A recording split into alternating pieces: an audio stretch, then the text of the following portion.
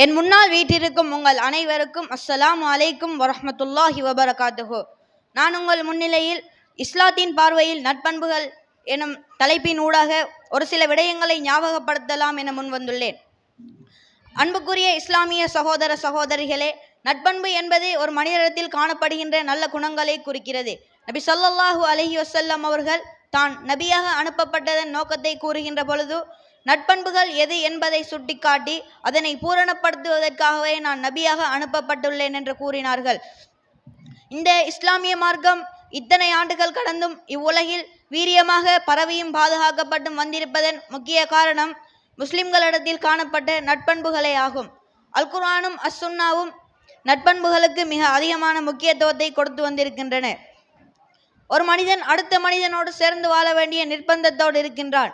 இந்த சந்தர்ப்பத்தில் மற்றைய மனிதர்களின் உணர்வுகளையும் தேவைகளையும் மதித்து எங்களுடைய வாழ்க்கையை அமைத்துக் கொள்வதற்கான வழிகாட்டல்களை இஸ்லாம் எமக்கு வழங்கியுள்ளது.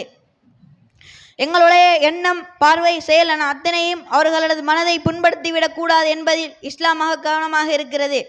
இதனால் தான் ஒரு மனிதனுடைய நல்லெண்ணங்களுக்கும் நல்ல செயற்பாடுகளுக்கும் எண்ணற்ற கூலிகளை கூறுகின்ற இஸ்லாம் எங்களுடைய எண்ணத்தால், பார்வையால், செயலால் ஒருவர் அணுவள வேண்டும் துன்பப்பட்டு விட்டால் அது எங்களுடைய நல்லமல்களை அழித்துவிடக்கூடிய மிக பெரும் பாவமாக இஸ்லாம் காட்டித்தருகிறது. ஒரு மனிதனை பார்த்து புன்முறுவல் போப்பது தொடக்கம் பாதையில் இடையூறு விளைவிக்கும் பொருட்களை அகற்றுவது, தேவையுடையோருக்கு உதவுவது, வயோதிபர்களை மதிப்பது, சிறுவர்களுக்கு அன்பு காட்டுவது, பெற்றோருக்கு உபகாரம் செய்வது, உறவுகளோடு சேர்ந்து வாழ்வது, நண்பர்களோடு நல்ல நட்பு கொள்வது, தான தர்மங்களில் ஈடுபடுவது, சமூக சேவைகளில் ஈடுபடுவது போன்ற நட்பண்புகள் மிக அதிகமாக காணப்படுகின்றன. அதேவேளை ஒரு மனிதன் தன்னுடைய எண்ணங்களையும் செயற்பாடுகளையும் சரியாக அமைத்து கொள்ள வேண்டும் என்பதற்காக பொய், பொறாமை, போட்டி, வஞ்சகம், கஞ்சத்தனம், அடுத்தவர்களை இழிவுபடுத்துதல், பழிக்கு பழி வாங்குதல், ஏமாற்றுதல், சண்டையிடுதல், இட்டுக்கட்டுதல், புறம் பேசுதல், சண்டையிடுதல், மற்றவர்களின் உறவுகளை உதாசீனம் செய்தல் போன்ற பாவமான செயற்பாடுகளை செய்ய முயல்கிறான். இந்த பாவமான செயற்பாடுகளை இஸ்லாம் எம்மை விட்டு முற்றுமுழுதாக தடை செய்துள்ளது.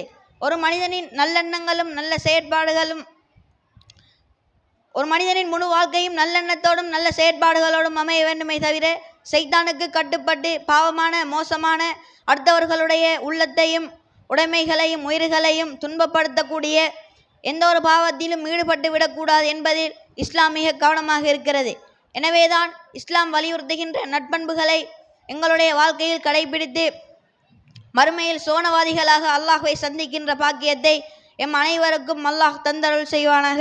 ஆமீன். அஸ்ஸலாமு அலைக்கும் வரஹ்மத்துல்லாஹி வபரகாத்துஹு.